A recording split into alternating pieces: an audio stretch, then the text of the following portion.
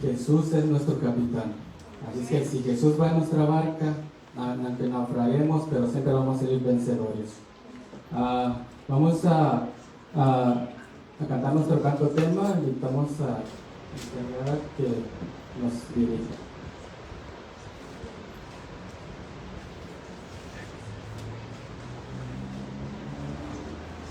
Bien, les invito a que nos pongamos de pie para juntos entonar esta alabanza.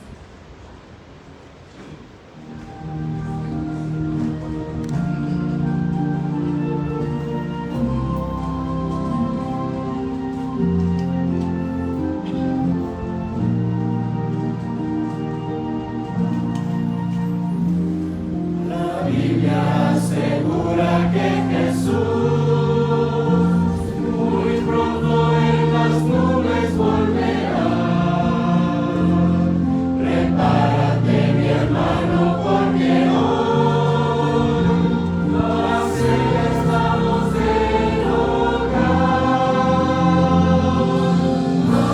más cerca del hogar, más cerca del hogar, más cerca estamos hoy que ayer, más cerca del hogar.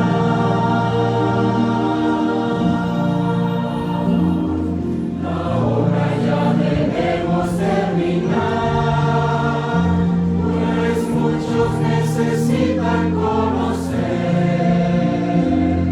las buenas nuevas, hay que proclamar.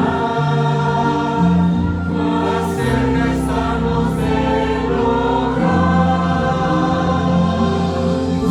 más cerca del hogar, más cerca del hogar, más cerca estamos hoy que ayer, más cerca del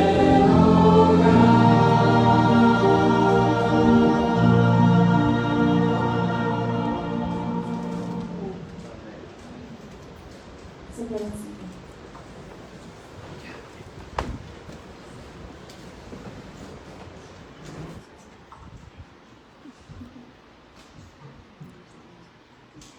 ¿Cómo están? Buenas tardes. ¿Todo bien? ¿Con calor? Bueno, aquí está lindo, ¿no? Está más lindo que afuera. Bueno, vamos a iniciar el tercer estudio esta tarde. Y en el buzón encontramos una pregunta. Y qué bueno que hicieron esa pregunta porque ayer me faltó aclarar un aspecto relacionado con el tema de los milagros. Y dice esta persona: ayer se dijo que otras iglesias tienen el don de sanidad limitado. Nuestra iglesia también lo tiene. Interesante. ¿Tienen una respuesta o la dejamos para otro día? Yo creo que tienen una respuesta, ¿no? Claro, porque ayer dijimos que el don de sanidad es un don en el cual se manifiesta el poder de Dios en su totalidad. Jesús nunca sanaba medias, tanto como una persona enferma con algo leve, así como una persona enferma con algo muy fuerte, incluso personas que morían, Él podía resucitarlos. Hay varios casos en los evangelios donde Jesús resucita muertos. Lázaro, ¿se acuerdan? Una niña también, ¿se acuerdan el nombre de esa niña? ¿Quién se acuerda de esa niña? Bueno, no sé si está el nombre, pero era una niña, y Jesús le dijo, Talita Cumi, quiere decir niña, levántate. Y también hizo muchos milagros, ¿no? Entonces dijimos que en los lugares donde se hacen este tipo de cultos de sanidad, llama la atención que el poder de Dios está limitado y no es ilimitado. Algo que nos tiene que poner a pensar, porque si el poder de Dios es dado para aún levantar a un muerto, ¿por qué en esas reuniones no se produce? ¿Por qué, como dije ayer, un síndrome de Down no se cura o alguna otra enfermedad mental? ¿Por qué no hay milagro para esas personas? Pero ¿por qué sí hay milagro para ciertas otras enfermedades? Llama un poco la atención.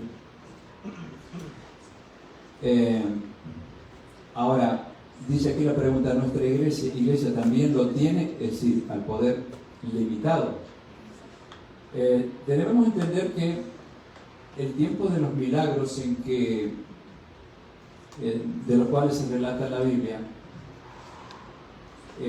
era el tiempo de Jesús, cuando Él comenzó a darse a conocer como Dios,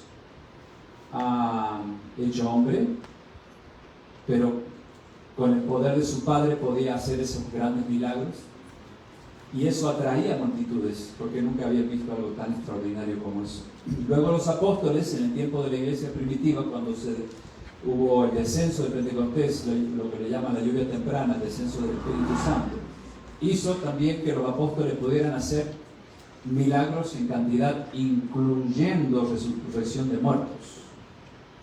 Ahí el poder no estaba limitado, era ilimitado, es el don de sanidad en su plenitud.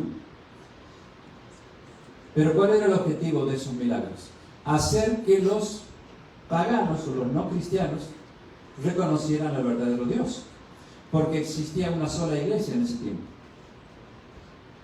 Entonces la gente se convertía y se unía a esa única iglesia. Miles de paganos se convertían gracias a ese poder ilimitado de Dios que se daba a través del don de sanidad. Pero San Pablo llegó a decir después que pasó ese gran fenómeno del Espíritu Santo, ahora andamos por fe y no por vista. Como diciendo, el tiempo de los milagros ya se fue acabando. Ahora nosotros tenemos que avanzar por fe. Ya no necesitamos ver para creer. Después de más de 2000 años, hoy día la gente no necesita un milagro para creer en Dios, porque la gran mayoría cree. Y los que no creen tienen suficientes evidencias acerca de quién es Dios. Y hay más de 30.000 denominaciones. Así que todas predican de Dios. El que no cree es porque no quiere. El que quiere ser ateo es porque no acepta las evidencias de sobras que hay acerca de la existencia de Dios. Algo que no ocurría en el tiempo de los apóstoles. Por eso se necesitaban esas manifestaciones extraordinarias como los milagros. Entonces no estamos ahora en un tiempo en que necesitamos el milagro para que la gente crea en Dios. Pero que si los hay, los hay. Nuestra iglesia ora por milagros. Los miércoles culto de oración muchas veces se traen pedidos por alguna persona enferma y hemos visto milagros realmente manifestarse. Gente que ha sanado, gente que ha salido de algún problema, ya sea de salud o un problema financiero, un problema de familia. Se producen milagros. No en la forma en que se producía en el tiempo apostólico. Y eso no significa que el poder de Dios está limitado, sino que Dios no está derramando el poder del Espíritu Santo para que su poder sea en su totalidad manifestado como fue el tiempo de los apóstoles. Eso se va a producir, la Biblia lo predice en el libro de Joel capítulo 2, cuando venga el descenso del Espíritu Santo como lluvia tardía. Ahí sí volveremos a ver muertos resucitados, ahí sí veremos muchas cosas que hoy no vemos. Pero no es que el poder de Dios esté limitado, sino que no es tiempo ahora de esos grandes milagros que se produjeron allá en el tiempo de los apóstoles. Pero se va a volver a repetir poco antes de la segunda venida de Cristo. Entonces el poder de Dios, podemos decir, no es que esté limitado, sino que Dios sabe cuándo es el momento de derramar todo su poder, y lo hará a través del Espíritu Santo, como lo hizo en el tiempo de los apóstoles. Mientras tanto, sí se producen milagros. ¿Y saben cuál es el milagro más grande que Dios espera de una persona? Es la conversión de su vida, la transformación de su corazón. sacar el corazón de piedra y poner un corazón de carne, como dice la Biblia. Ese es el mayor milagro, porque ¿de qué sirve que yo venga a pedir sanidad física si yo no estoy dispuesto a hacer un cambio en mi vida? Dios no sana a muchas personas, ¿saben por qué? Porque no se cuidan. Comen cualquier cosa, son intemperantes. Entonces Dios no va a hacer milagro con esas personas. ¿Por qué? Porque si lo hiciera, esa persona va a volver a repetir sus malos hábitos después. Entonces Dios nos enseña principios de salud, y en eso nuestra iglesia es especialista. Tiene mucha información respecto de cómo cuidar nuestro cuerpo. Y es lo que hacemos hincapié. O sea, orar por sanidad, pero poner también de nuestra parte. Si yo me enfermé porque soy un intemperante, porque como lo que se me da la gana, o como mal, o como aquello que no debo comer, y me enfermo y pido oración para sanidad, Dios me va a decir primero, cuídate, cambia los hábitos de tu vida y yo te voy a sanar. Pero muchos no están dispuestos a hacer eso. Entonces no hay milagro. Tiene que haber un cambio en nuestra vida también. El milagro mayor es ver una persona que si antes iba hacia la izquierda, ahora va hacia la derecha, porque se llama conversión. Cambia su manera de pensar, tiene fe, tiene esperanza, tiene amor, tiene un carácter diferente. Están siendo transformados por el poder de Dios, y ese es el mayor milagro que podemos ver. Yo he visto muchos milagros en más de 40 años que estoy en la iglesia, de gente que estaba perdida en el mundo. Algún día les voy a contar durante esta noche algún testimonio. Gente que andaba en la droga y que después de un tiempo de empezar a estudiar la Biblia, su vida fue transformada de tal manera que nunca más droga, nunca más alcohol, nunca más tabaco, y llegaron a ser verdaderos testimonios del poder de Dios. Ese es el milagro que Dios quiere. Porque ese milagro va a permitir que yo pueda entrar al reino de los cielos. Lo otro, puedo tener un milagro de sanidad, pero si no está sanado el corazón, ese milagro de sanidad no me sirve para entrar al cielo, solo para vivir unos años mejor en esta vida. Y les voy a contar una historia para que ustedes entiendan hasta qué punto a veces se entiende mal el don de sanidad. Un pastor nuestro, allá en Argentina, era amigo de otro pastor de una denominación donde se usa mucho o se cree mucho en el don de sanidad. Se enfermó un día él,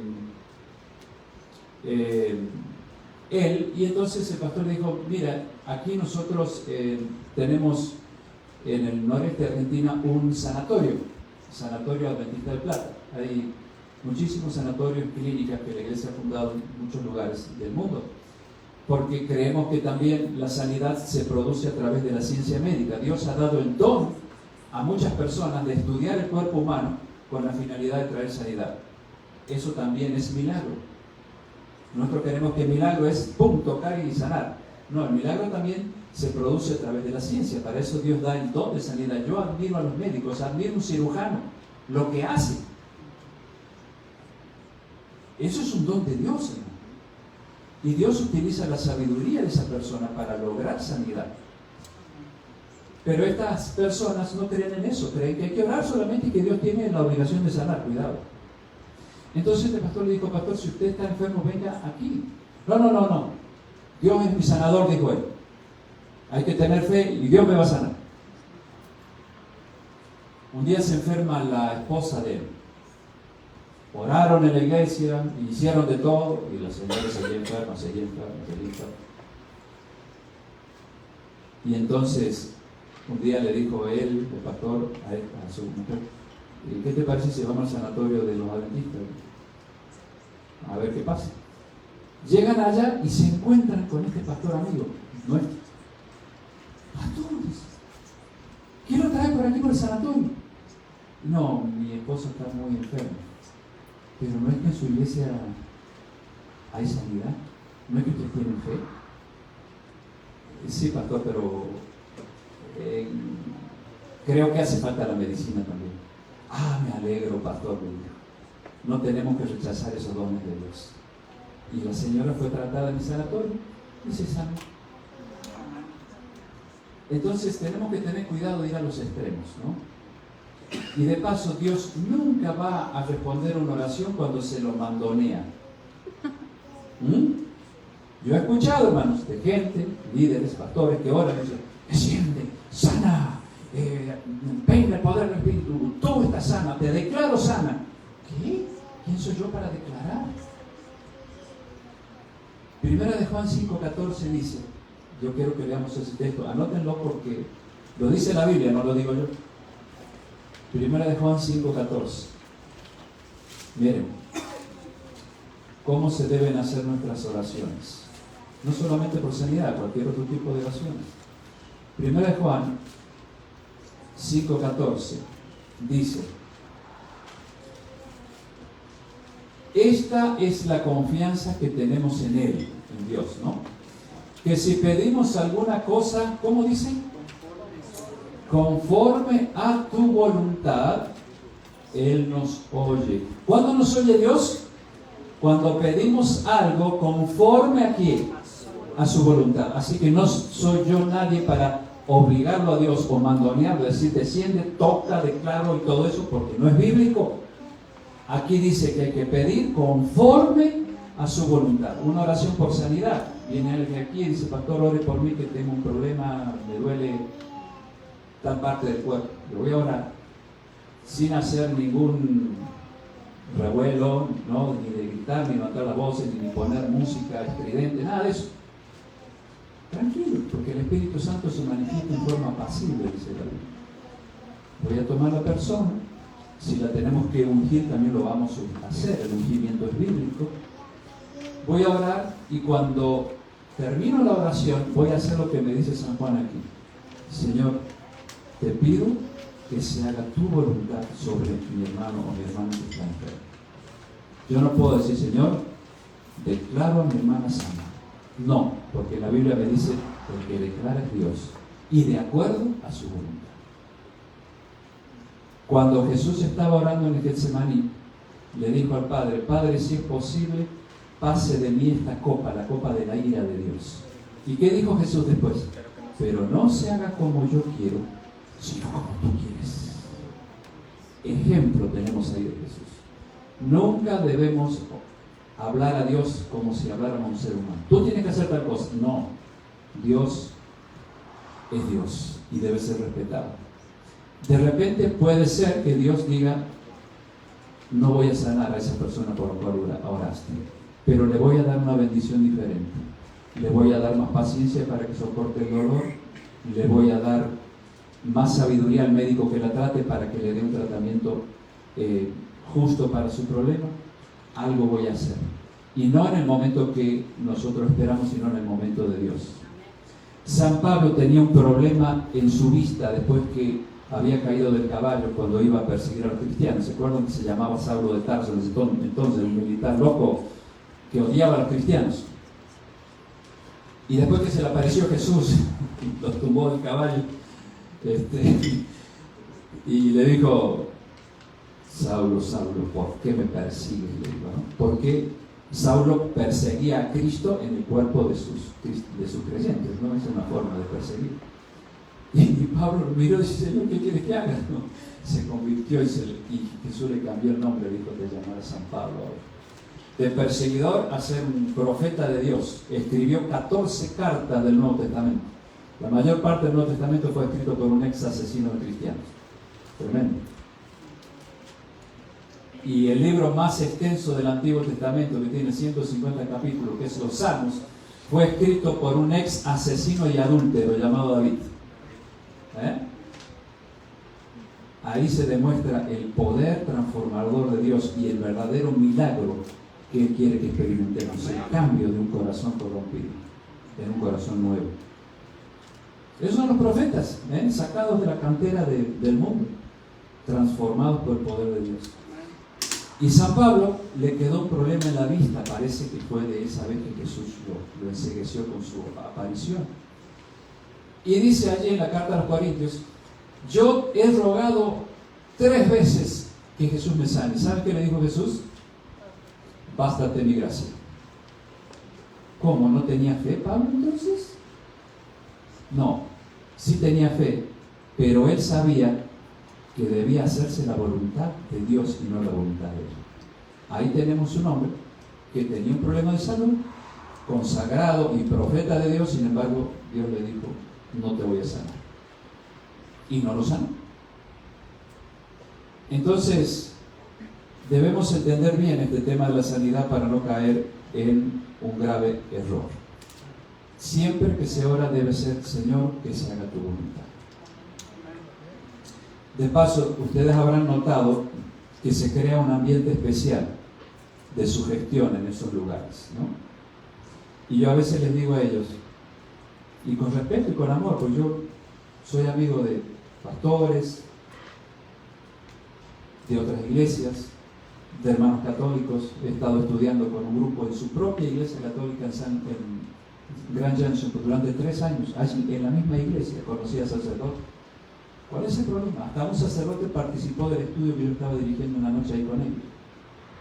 Somos hermanos, todos creemos en Dios. Pero a la hora de tratar ciertos temas bíblicos, pues yo lo hago con el escrito está, no el a mí me parece, o porque el teólogo tal lo dijo. No, ¿qué dijo Dios? Y yo les digo a ellos, ¿por qué eso que hacen allí, en ese lugar donde se crea ese ambiente, con música estridente y gritos y todas esas cosas, por qué no van a un hospital donde no van a hacer eso de mente? Se sientan al lado del enfermo, se quedan paradito al lado y oran por sanidad. ¿Será que el enfermo se va a caer al suelo? ¿Se va a sacudir entero? No, porque no se ha preparado el ambiente para que se produzca eso que se llama sugestión, o una especie de histeria colectiva muchas veces, ¿no? Y ellos no lo hacen porque no les va a dar resultado. Tiene que haber un ambiente especial. Pero, con todo respeto a ellos, ¿cierto? Pero es bueno de saber lo que dice la Biblia. Que siempre que se ora, que se haga la voluntad de Dios. Y la voluntad de Dios siempre va a ser lo mejor para nosotros. Siempre va a ser lo mejor. Job estuvo muy enfermo, ¿se acuerdan? El patriarca Job, allí en el Antiguo Testamento. Llegó a tener sarna, bueno, no sé, toda la piel allí llena de escamas. Y la mujer, ¿qué le dijo? Maldice a tu Dios, muerte, porque Job no se sanaba, Dios no lo sanaba. ¿Y qué dijo Job? Dios dio, Dios quitó, sea alabado el nombre de Dios. La mujer maldijo a Dios, pero el hombre dijo, no. Si yo tengo esta enfermedad, por algo debe ser. Después se sanó y vino un gran milagro en su vida. Los 10 hijos que había perdido los recuperó todos los bienes que había perdido. Bueno, tienen que leer la historia de Job, lo que no la conocen, es apasionante, ¿no? Un hombre de fe, un hombre que estuvo dispuesto a aceptar la voluntad de Dios, porque Dios quería transformarlo en un gran hombre y un ejemplo para todas las edades. Cada vez que leemos a Job, nos trae mucho alivio a nuestros dolores y sufrimientos y problemas, porque uno dice, si él era de carne y hueso como yo y sufrió tanto y finalmente triunfó, llegó a ser un gran hombre de Dios, ¿por qué Dios no va a hacer lo mismo contigo? Bueno, he dado una respuesta un poco amplia, pero gracias al que hizo esta pregunta. Antes de la venida de Cristo, repito, el descenso del Espíritu Santo volverá a producir esos grandes milagros que se hicieron en el tiempo de los apóstoles. Pero cuidado, porque el Apocalipsis dice que el diablo también va a hacer lo mismo. Porque el diablo todo copia, ya lo sabemos. Y Apocalipsis lo dice, lo leímos ayer, en el capítulo 16, ¿no? 3 espíritus de demonios a manera de rana van a todas las naciones a hacer milagros. Y ustedes dirán, bueno, ¿y cómo voy a saber yo cuál es el milagro de Dios y cuál es el del diablo? El escrito está. Jesús dijo, por sus frutos los conoceréis. Si alguien pretende hacer milagro, pero su vida no está en armonía con la palabra de Dios, forget it, como dice en inglés. Olvídense, esa persona no es un instrumento de Dios. Para que sea un instrumento de Dios, tiene que vivir en armonía con la palabra de Dios y con la santa ley de Dios. ¿Se acuerdan cuando Jesús les va a decir, Mateo 27, 21 al 23, les dirá a aquellos que dirán, Señor, pero no hicimos milagro en tu nombre cuando Él venga. No profetizamos en tu nombre. Y Jesús le dirá, apártense de mí. ¿Qué dijo después? Hacedores de maldad. ¿Qué es hacedores de maldad en el original que fue escrito en el Nuevo Testamento? Transgresores de la ley. La persona tiene que estar, aquella que pretende orar por sanidad, en armonía con la palabra de Dios. No quiere decir que va a ser perfecto. Los apóstoles no eran perfectos, pero vivían en armonía con la palabra de Dios. Entonces Dios dijo, yo a estas personas las puedo usar porque tienen frutos de una vida diferente. Aunque son imperfectos, pero sus frutos están revelando que ellos viven una vida en armonía con la voluntad de Dios. Bueno, creo que la pregunta dio para una respuesta bien amplia, ¿no? ¿Pero le quedó claro? ¿Sí? No se olviden de 1 Juan 5:14. Yo me lo grabé porque digo, qué clarito que está. Conforme a tu voluntad, Señor. Ay, ay, ay. Bueno, Satanás encadenado en el fondo del abismo. Hoy es el tema que nos va a transportar hacia el futuro. Al futuro después de la segunda venida de Cristo. Esperen un poquito. Pasa que hay un título que está... El título está un poquito fuera de lugar. Aquí está, Satanás encadenado en el fondo del abismo. Ahí tenemos a alguien que representa al diablo en un lugar con ruinas. Ya vamos a ver qué es eso. ¿Cómo o cuándo empieza el milenio? ¿O con qué evento empieza el milenio? El milenio es un periodo, como dice la palabra, de 1000 años, que va a comenzar inmediatamente después de la segunda venida de Cristo, con un evento que Jesús anunció en San Juan 5:29.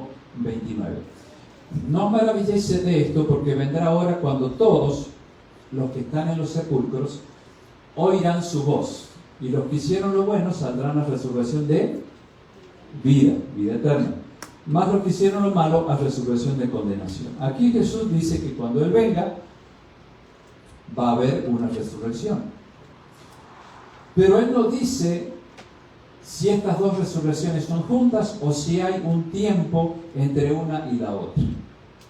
Pero a San Juan se le revela que hay un tiempo entre la primera y la segunda, y es lo que vamos a estudiar hoy. O sea que cuando Jesús venga, todos los que han hecho lo bueno, todos los que fueron creyentes, y aún aquellos que no han conocido a Dios pero han sido fieles a lo que Dios puso en sus conciencias, serán salvos. ¿Ves pasar alguien me preguntó, ¿qué va a pasar con aquellos que no fueron cristianos, que no conocieron la Biblia? Bueno, San Pablo dice que los que murieron sin ley serán juzgados. Porque el pecado está en aquel que sabe hacer lo bueno y no lo hace, dice Santiago 4:17. Entonces, mucha gente, aún paganos, que han sido fieles a la luz que Dios les dio a través de la naturaleza, a través de la obra misteriosa del Espíritu Santo, muchos de ellos van a ser salvos, aunque no hayan conocido la palabra de Dios. Pero si han conocido y la han rechazado, ya es otro cantar, porque ya son responsables por la luz que ellos recibieron. Pero si no la recibieron, pues Dios no los puede condenar por lo que no saben, sino por lo fieles que ellos han sido a lo poco que han sabido. Así que cuando Jesús venga, van a resucitar millones y millones y millones y millones de todas las épocas, comenzando desde Adán y Eva. San Pedro dice que es necesario que el juicio empiece ¿por dónde? Por la casa de Dios, o sea, por los hijos de Dios. En este momento ese juicio se está llevando a cabo en el cielo. Ahora cuando Jesús venga, entonces les da a cada uno conforme a lo que ha hecho, es decir, les da la vida eterna. Pero les dará conforme a lo que han hecho a los otros. Y no va a ser en ocasión de la segunda venida de Cristo. Ahora vamos a ver cuándo. Comienza entonces el periodo anunciado en Apocalipsis 24 y 6, última parte. Y vivieron y reinaron con Cristo, los salvados, los resucitados y los que han quedado vivos, porque muchos van a estar vivos en ocasión de la venida de Cristo. A veces decimos, probablemente muchos de nosotros no pasemos por la muerte, especialmente los que son más jóvenes. Yo a veces veo a los niños y digo, pensar que estos niños probablemente nunca mueran, porque la segunda venida de Cristo los va a encontrar ya quizá creciditos o adultos, no sé, y pasan de una vida a la otra. y muchos van a ir al descanso. Pero ¿cuál es el problema? Allí dice que si hemos muerto en Cristo, nuestros ojos serán abiertos y con un cuerpo transformado. Los viejitos que fueron a la tumba ya no van a resultar viejitos, porque la vejez es el resultado del pecado. San Pablo dice que nuestro cuerpo será transformado a la imagen de Dios, a la imagen de Cristo. Así que, pero nos vamos a reconocer, porque muchos preguntan, ay, pero ¿y si yo la vi a mi abuelita que tenía 100 años y murió, y yo cuando ella se levante que va a estar toda una jovencita, ¿la voy a reconocer? San Pablo dice que seremos reconocidos. ¿Cómo Dios no va a permitir que reconozcamos a la abuelita? Qué malo sería, ¿no? Así va a decir, ¡hola, abuelita! Pensar que la última vez que te vi estaba toda arrugadita y mira, ahora eres una modelo, ¿no es cierto? Porque todos vamos a ser lindos, ¿no? Bueno, así que luego de que los salvados vivieron y reinaron con Cristo 1000 años, y serán, dice, sacerdotes de Dios y de Cristo, reinarán con Él 1000 años. Ahora entendemos por qué cuando vimos el otro día Apocalipsis 1:6 dice que Dios nos hizo, ¿qué cosa? Nos dio 2 títulos a los que se entregan a Él: reyes y sacerdotes. ¿Entendemos por qué Él nos hizo reyes? Porque vamos a reinar con Él. Y si nos hace reyes, que nos digan lo que nos digan, que no servimos o que somos inútiles o lo que sea, pero para Dios tenemos un gran valor. Soy hecho rey y la mujer es hecha reina. ¿Qué importa que el mundo no te dé valor? El valor te lo da Dios, porque Cristo murió en la cruz para darte el valor que te mereces. Eres un rey y eres una reina. No te interesa lo que te digan los demás. Alégrate que Dios te tiene como reina y te tiene como rey. Porque vamos a reinar con Él 1000 años. ¿En qué sentido vamos a reinar? Ya lo vamos a ver. ¿Qué ocurre con los que no resucitan al venir Jesús? Porque va a haber muchas tumbas que no se van a abrir. Qué triste, ¿no? Pero los otros muertos, es decir, no los buenos, sino los malos, no volvieron a vivir hasta que se cumplieron, ¿cuánto? 1000 años. Y acá está una de las bienaventuranzas, de las 7, ¿se acuerdan? Bienaventurado y santo el que tiene parte en la primera resurrección. La segunda muerte no tiene potestad sobre estos. ¿Qué es la segunda muerte? Es haber muerto aquí y es morir después del milenio. Porque los malvados son resucitados después del milenio. Pero no para vivir eternamente, sino para ser destruidos. No para recibir un cuerpo transformado, sino para levantarse así como se fueron a la tumba y recibir el castigo de la destrucción eterna. Y esa es la segunda muerte, por eso dice feliz, feliz, feliz, porque eso quiere decir bienaventurado, el que participa en la primera resurrección. O sea que si tú viste a tu papá y a tu mamá que se levantaron, ¡ay, bienaventurado eres!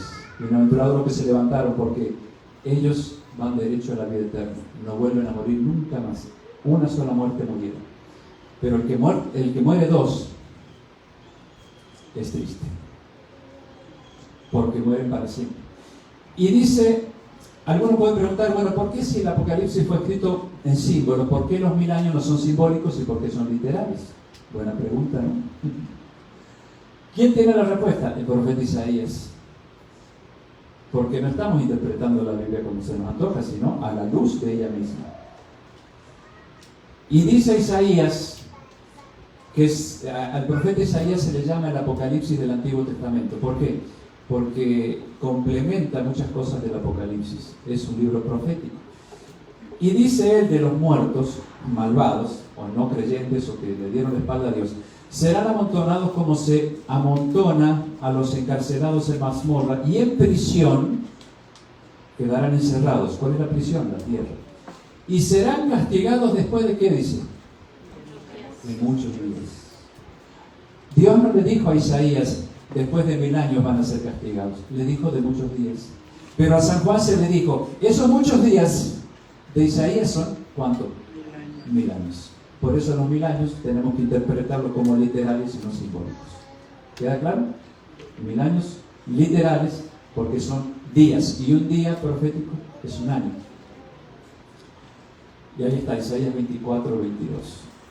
Y Apocalipsis 29 habla del final de los malvados. De Dios descendió fuego, ¿y qué hizo con ellos? Los consumió.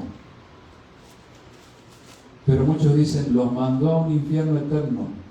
Bueno, la Biblia dice que los consumió. ¿Qué es consumir? ¿Qué pasa si yo quemo este cartoncito? ¿Va a quedar algo de él? Nada. Así va a pasar con los malvados. Lo dice la Biblia, los consumió.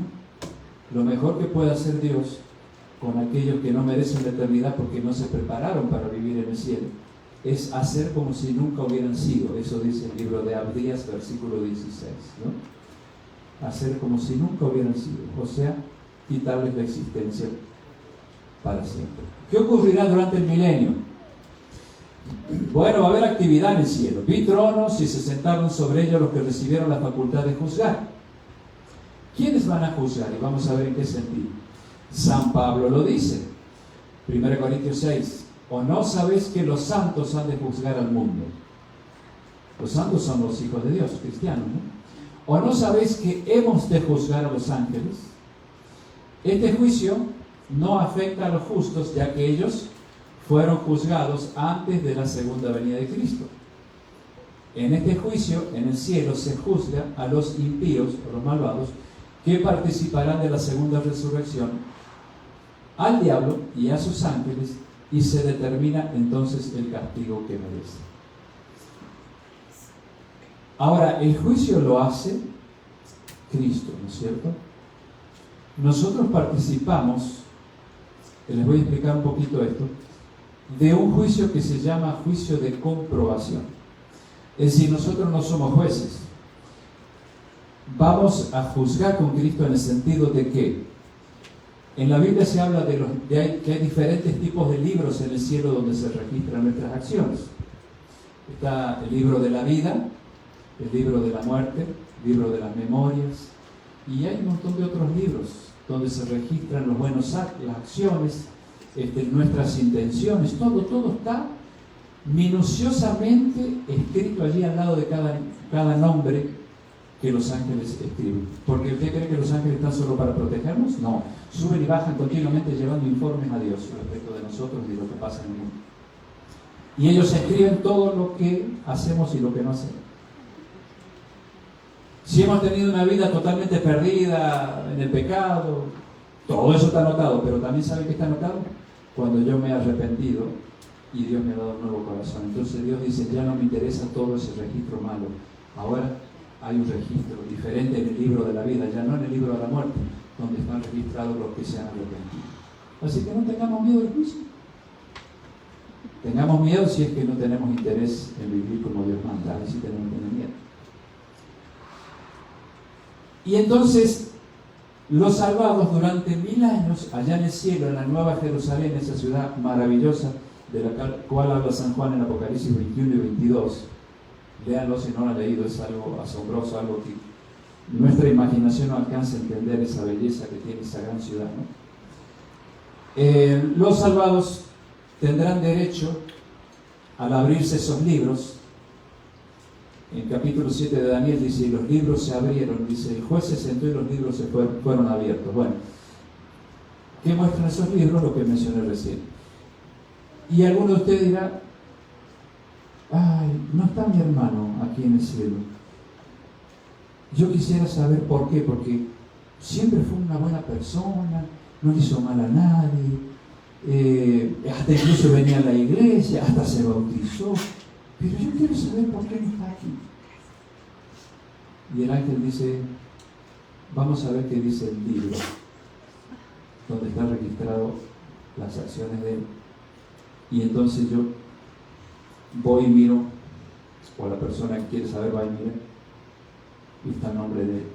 Y están todos los actos de él, pero resulta que ese hermano que no está, tenía un pecado oculto que solamente Dios lo podía ver, pero nadie, ni los seres queridos más cercanos de esa persona, supieron de ese pecado oculto. Un vicio, alguna cosa mala hacía de la cual nunca se arrepintió y murió con ese pecado. Entonces, dice allí el libro, fue hallado falto. Y aquel hermano va a decir, oh Señor, yo nunca supe que mi hermano tenía eso. Y Dios va a decir, ahora ya lo sabes. se llama juicio de comprobación. Podremos comprobar que el juicio de Dios es justo y que Dios en su amor no le permite a esa persona estar en el cielo, porque si estaría en el cielo sufriría eternamente porque no abandonó ese vicio en la tierra. Entonces, para que no sufra eternamente en un lugar donde no se practican esas cosas, Dios tiene que destruirlo definitivamente. Y así durante 1000 años iremos investigando la vida de muchas otras personas y nos daremos con muchas sorpresas, porque nunca imaginamos que X persona no iba a recibir la vida eterna, pero en los libros está todo registrado. Y vamos a decirle: Señor, tienes razón, gracias que mi hermano no está aquí, porque no sería un lugar feliz para él. Y todas las dudas que hayamos tenido se van a disipar cuando nosotros durante 1000 años revisemos esos libros.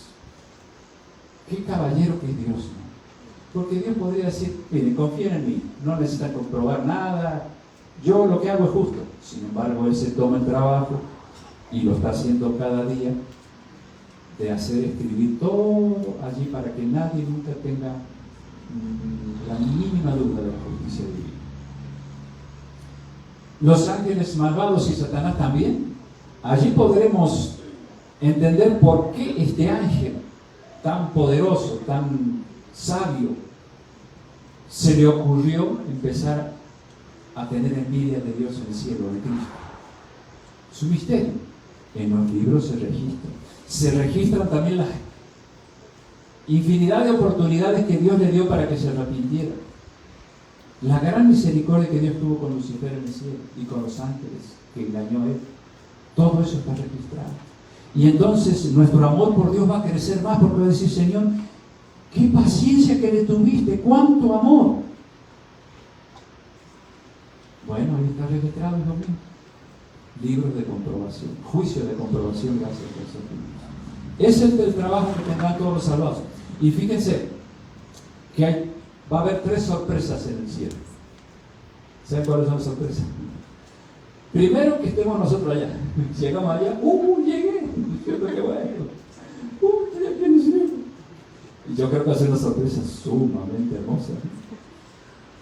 La segunda es ver personas que nosotros creíamos que no merecían el cielo. Mi vecino toda la vida se rió de mi fe y siempre me hacía burla. Ese derecho va a la destrucción final. Y aparece el vecino ahí.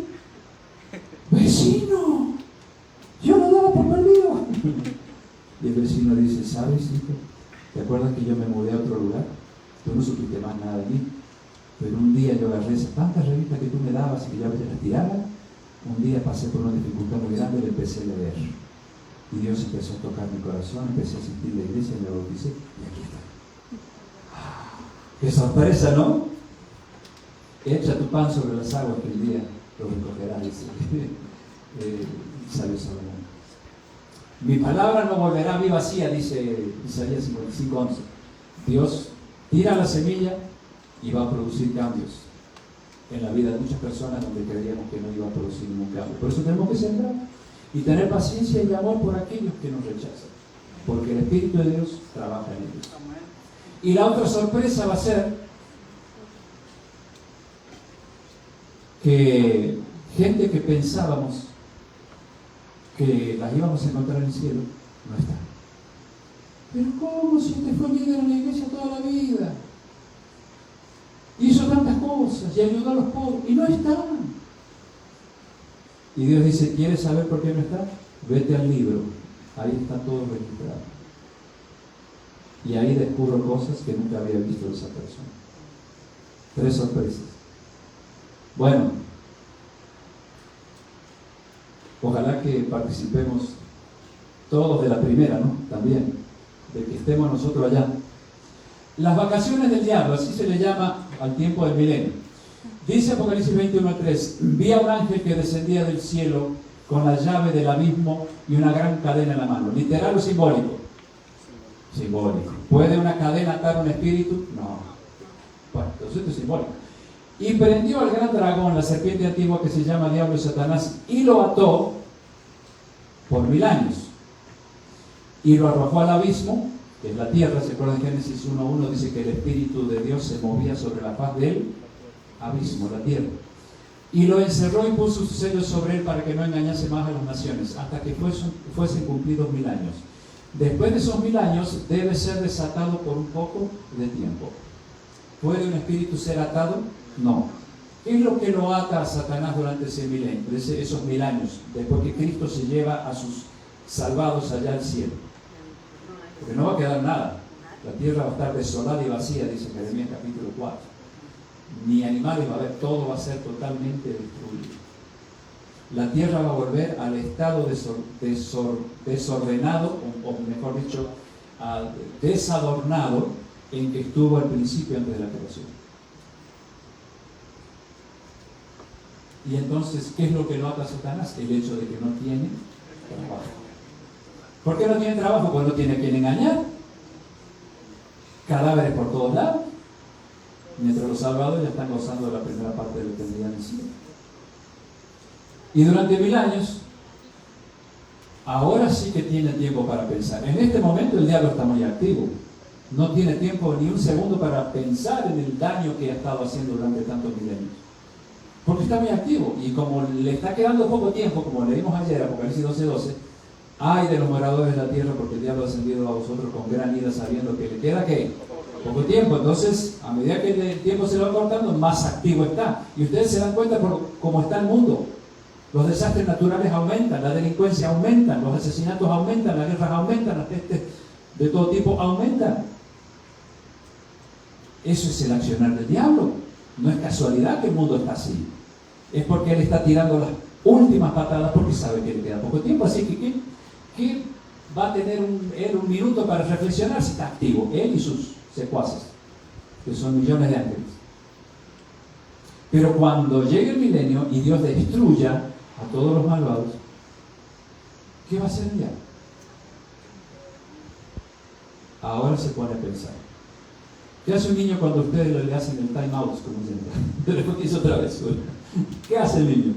Piensa. ¿Por qué hice tal cosa? No debía haber hecho, no lo debía haber hecho. Por eso estoy mirando a la pared. Pero mientras está activo el niño no tiene tiempo de pensar por qué hace la diablura. Y a los adultos les pasa lo mismo. Bueno, entonces el diablo ahí va a estar pensando. ¿Qué hice yo? ¿Qué locura hice? Acá están los trofeos que yo gané. Y Dios es amor. Y Dios, antes de destruirlo, dice, piensa bien, en ese time out que te voy a dar de 1000 años, reflexiona en lo que hiciste. Porque después que hayas reflexionado, yo te voy a destruir. Pero cuando se termina el milenio, allí se cumple lo que dice el Padre nuestro. Venga a nosotros tu reino. No es la segunda venida de Cristo, es la tercera. La Biblia habla de 3 venidas. La primera, cuando vino a salvarnos. La segunda, que es la que estamos esperando cuando Él venga Rey, como Rey de Reyes y Señor de Señores. Y la tercera, cuando Él establezca su reino aquí en la tierra. Cuando Él viene con la nueva Jerusalén, esa gran ciudad inmensa, se posa sobre el monte de los olivos, dice Zacarías capítulo 14, y se hace un gran valle. Allí se instala la gran ciudad y su reino se traslada aquí. Pero ¿qué pasa? El diablo está aquí y debe ser desatado por un tiempo. La tierra quedará como al principio, desordenada y vacía, como dice Génesis 1:2, sin luz ni vida, como la describe Jeremías 4:23 en adelante. Este es el abismo en que quedará Satanás durante el milenio, atado, es decir, sin poder engañar a nadie. ¿Y cómo termina el milenio? Juan, vi la santa ciudad, la nueva Jerusalén, descender del cielo de Dios, dispuesta como una esposa ataviada para su marido. La nueva Jerusalén desciende sobre el monte de los olivos, como dije recién, se abre en dos, se produce un gran valle. Ahí entonces se cumple lo que dice San Juan. Cuando los 1000 años se cumplan, Satanás será suelto de su prisión, porque ahora hay gente. ¿Quiénes son la gente que ve ahora a Satanás después del milenio? Ve 2 clases de gente. Los salvados allí en la nueva Jerusalén, y ¿quiénes más?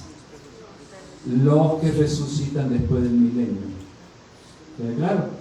Ahora van a resucitar en ocasión de la segunda venida de Cristo los fieles, pero después van a resucitar los infieles. Entonces el diablo dijo, hoy ahora tengo trabajo otra vez.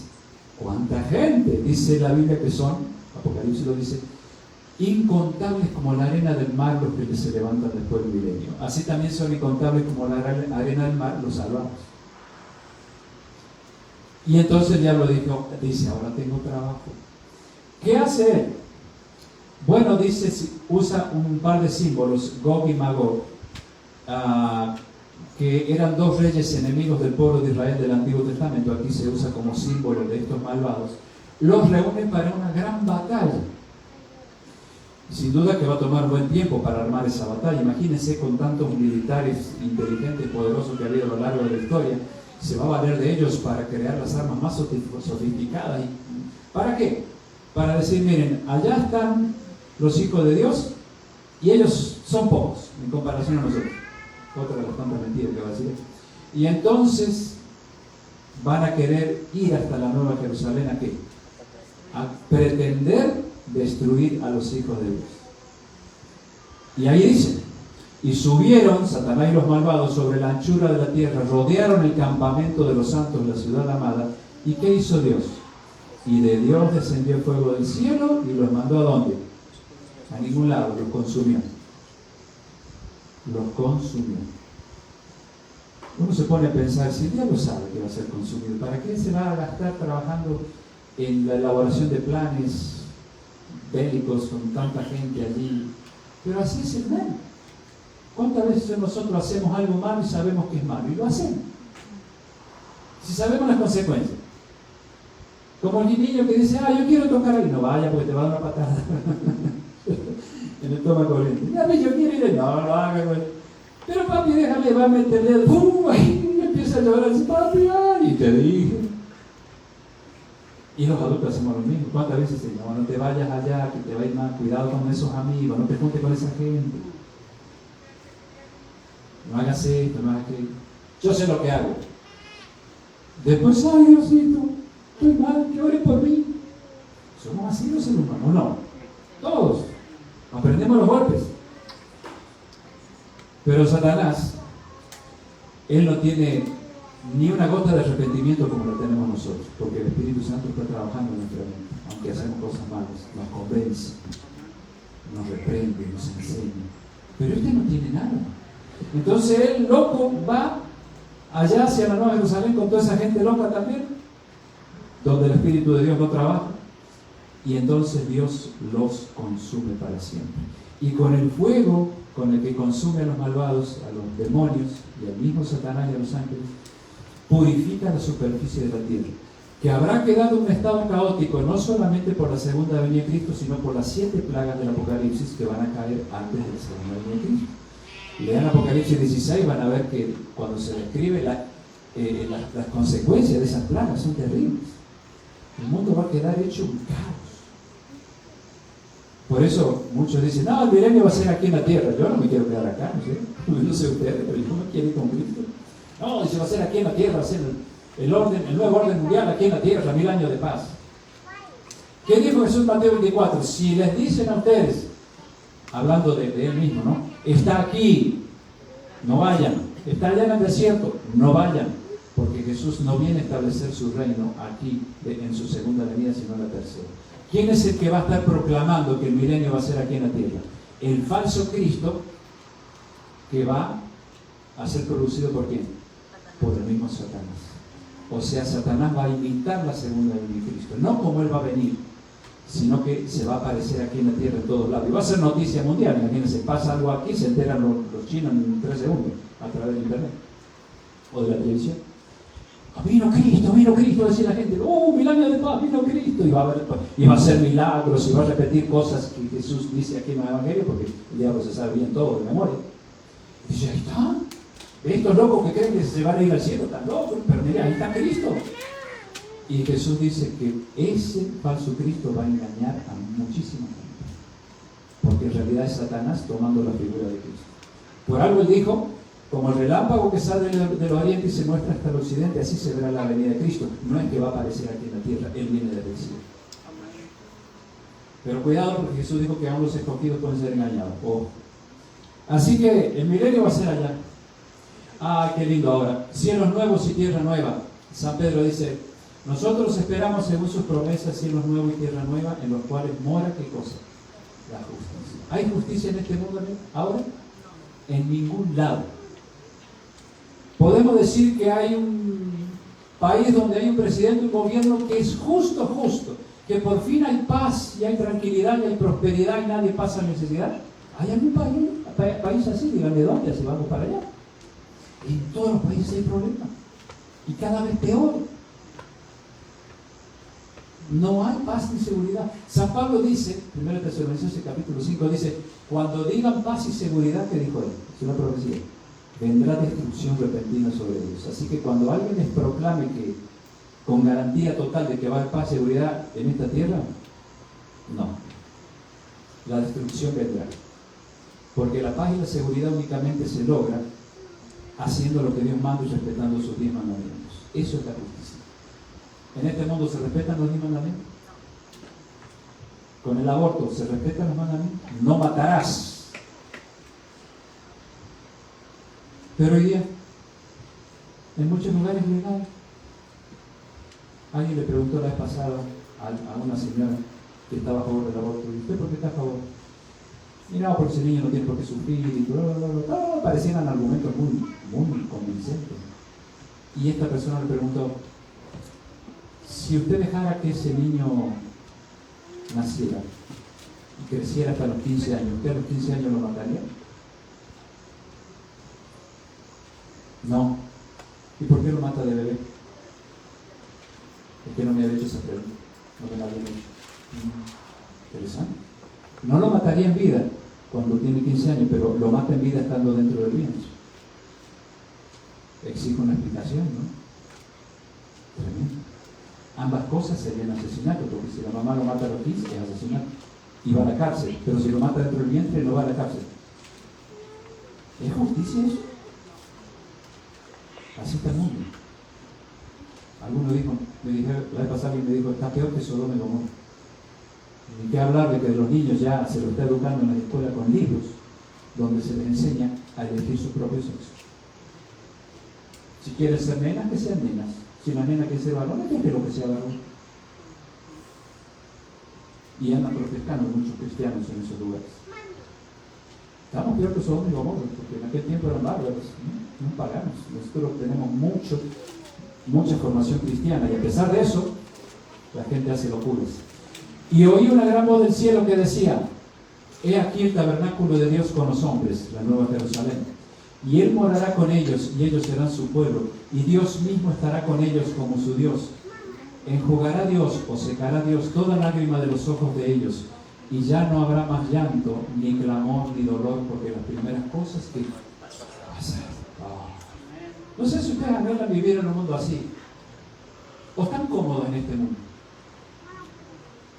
Y podemos decir, en este país estamos más cómodos, pero si estuviéramos en Uganda, o estuviéramos en esos países donde mueren de hambre y de enfermedades, tantos niños, ¿cómo desearían allá? Mucho más, y yo lo desearía también, estar en el cielo, o en el reino de Dios, que seguir viviendo en esta tierra. Y los que están en guerra, hermanos, los de Ucrania y los de Rusia, miles han muerto ya, inocentes. Anhelarían esa gente, allá saben, allá tenemos muchos hermanos. Ellos sí que anhelan que esto pronto venga. Y en este país que todo está tranquilo por el momento, pero la profecía dice que la cosa va a cambiar. Pero vamos a estudiar. Así que agradezcamos a Dios que todavía tenemos paz y que tenemos el pan de cada día. Pero llegará un momento que se nos va a privar aún de eso. Así que cómo no anhelar estar en esa patria hermosa que Dios quiere hacer de esta tierra, ¿no? Donde ya no habrá más muerte, ni clamor, ni dolor, ni llanto, ni divorcios, ni vicios, ni abortos, ni asesinos, ni cárceles, ni policías, ni hospitales. Porque el Rey será ¿quién? Cristo Jesús. Y ese es el Rey de justicia. Y viviremos para siempre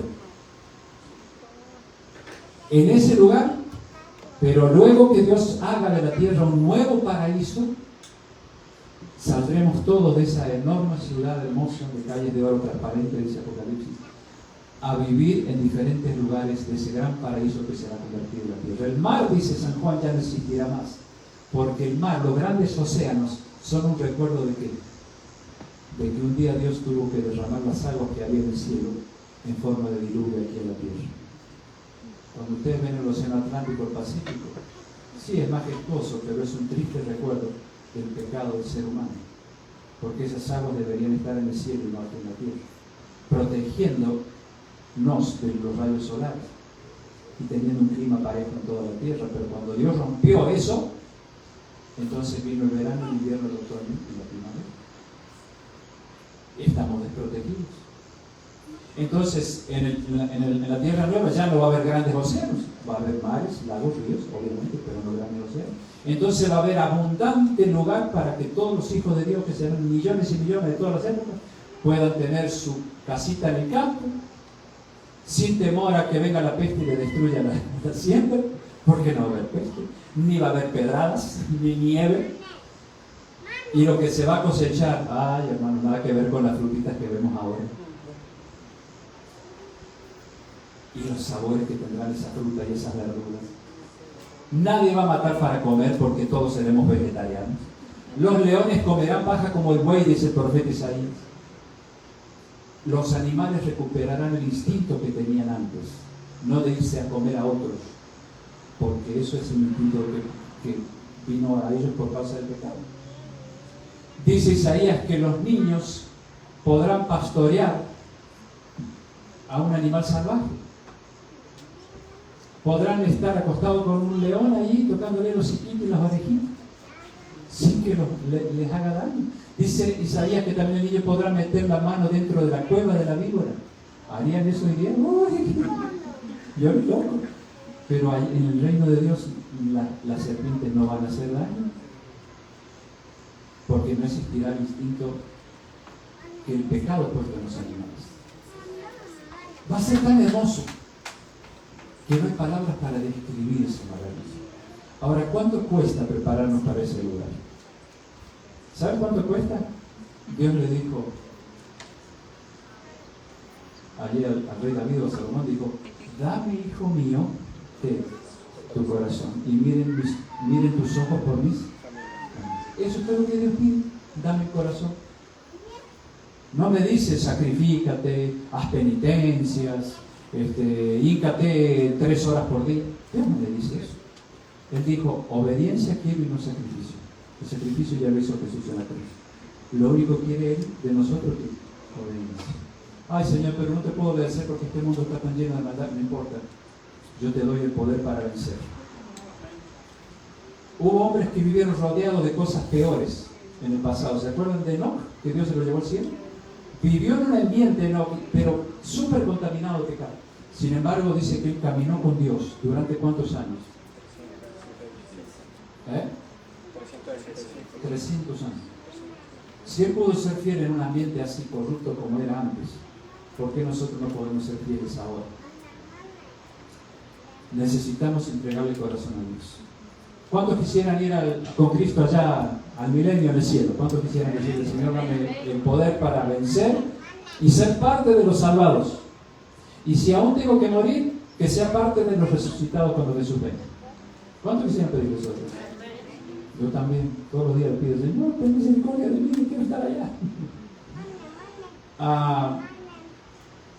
Pero no tenemos que ir solos, tenemos que ayudar a nuestros seres queridos. Al principio quizá no se vayan a burlar, no se preocupen, háblenme con amor, bien. Hay cosas hermosas que nos esperan. Viene un milenio de paz, de amor, de seguridad, pero no aquí en la tierra, sino en el cielo. Y cuando Dios haya hecho todo nuevo, pues los salvados no solamente podrán gozar del paraíso de este mundo, sino que con un cuerpo transformado podrán volar hacia el universo. Y esas hermosas galaxias llenas de colores que vemos solamente en fotos, podremos verla en persona y descubrir los rincones más remotos del universo y la creación de Dios. No es una maravilla, parece un sueño, pero está escrito. Lo dijo Dios, no lo dijo un presidente ni un poeta, ¿no? lo dijo Dios. Bueno, que Dios nos ayude para que cuando ese milenio se inicie con la segunda venida de Cristo, todos estemos allí, gozando de esa primera parte de la eternidad. Bueno, mañana vamos a estudiar una profecía apasionante también, los 7 sellos del Apocalipsis. Vamos a recorrer 2000 años de historia a través de esta profecía. Se van a quedar deslumbrados aquellos que nunca la han visto. Así que no se olviden de este tema y de recibir a la salida la lección. Les pido que algunos de ustedes las entreguen, porque yo voy a estar en la mesa y algunos que pasan se olvidan de recogerlas. Tiene que haber alguien ahí entregándolas para que ninguno se pierda la bendición de llevar la lección de cada noche. Y de hacer preguntas, por supuesto, ahí está el buzón, úsenlo por si alguna cosa no quedó claro del estudio de esta noche o de las anteriores. Muy bien, vamos a cantar entonces el cántico de esperanza, que nos habla de que muy pronto esto que estamos estudiando será una hermosa realidad. Cristo fue a preparar lugar para nosotros, dice San Juan capítulo 14. Y dice, y si me fuere y os prepararé el lugar, vendré otra vez, dice Jesús, y los tomaré a mí mismo para que donde yo estoy, allá en el cielo, no aquí en la tierra, ustedes también estén. Cantamos entonces y luego hacemos una oración final. Más cerca del hogar. Estemos con entusiasmo porque realmente estamos cada día más cerca de ir con Cristo al hogar celestial.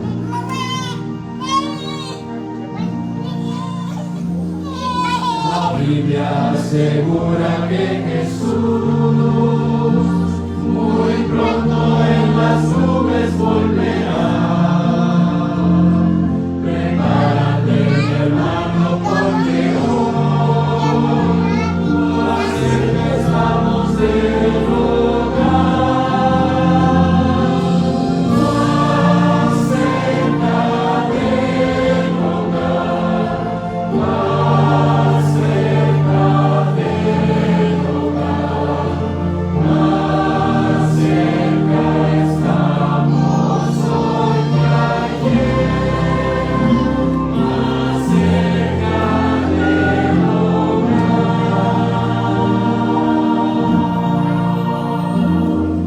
Ahora ya debemos terminar, pues muchos necesitan conocer las buenas nuevas, hay que proclamar.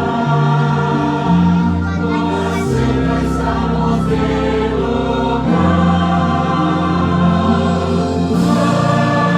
cerca del hogar. Más cerca del hogar. Más cerca estamos hoy que ayer. Más cerca del hogar.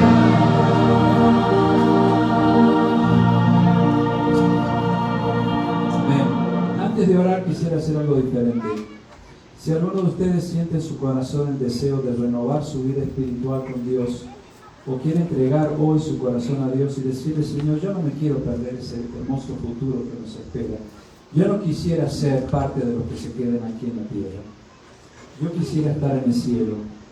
Quisiera estar con mis seres amados que perdí.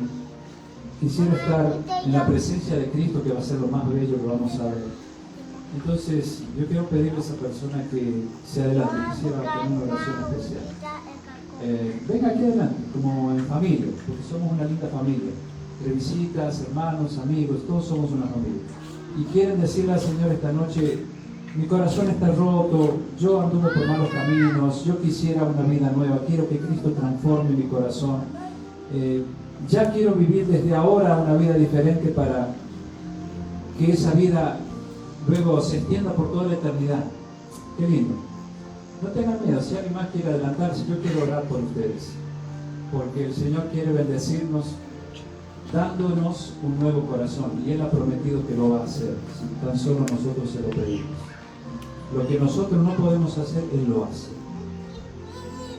Dios es especialista en cirugías. Es el médico que puede hacer la única cirugía que ningún ser humano puede hacer, y que es transformar nuestro corazón, quitar ese corazón de piedra y darnos un corazón de carne. Si mientras estoy orando alguien más quiere adelantarse, venga aquí, porque quiero orar pidiendo a Dios para que haga ese milagro esta noche en nuestros corazones. Y yo creo que Él lo va a hacer porque así nosotros también lo creemos. ¿Sí?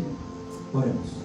Gracias, Señor, te damos en esta noche por habernos mostrado esta profecía tan abarcante, donde hemos visto una gran realidad, la realidad de los salvados, de los que merecerán esa vida eterna, y la realidad triste de aquellos que no quisieron hacer tu voluntad. Nosotros reconocemos, Señor, el sacrificio de Cristo hecho en la cruz del Calvario, y queremos en esta noche, así como lo manifestamos estando de pie aquí, pedirte que produzcas el gran milagro que todos queremos y que es la transformación de nuestro corazón. Quita aquellas cosas, Señor, que nos hacen daño, que nos quitan la felicidad, que nos traen problemas. Señor, danos un corazón nuevo, para que te podamos obedecer, para que podamos tener el carácter de Cristo y para que otros puedan ver lo que tú puedes hacer en nuestras vidas. Rogamos, Señor, que nos des un buen descanso esta noche, nos des paz, que mañana nos levantemos mirando al mundo de otra manera, mirando al mundo a través de los ojos de Cristo, un Cristo que ama al mundo, que aunque está mal, sin embargo, Él ama a todos por igual, porque quiere salvar a todos. Señor, ayúdanos para andar en esos caminos hermosos que tu palabra nos ha trazado, y que pronto en ese milenio de paz, en el cielo, podamos estar todos presentes, así como lo estamos hoy aquí, en tu presencia, gozando de Cristo Jesús, nuestro amigo por toda la eternidad.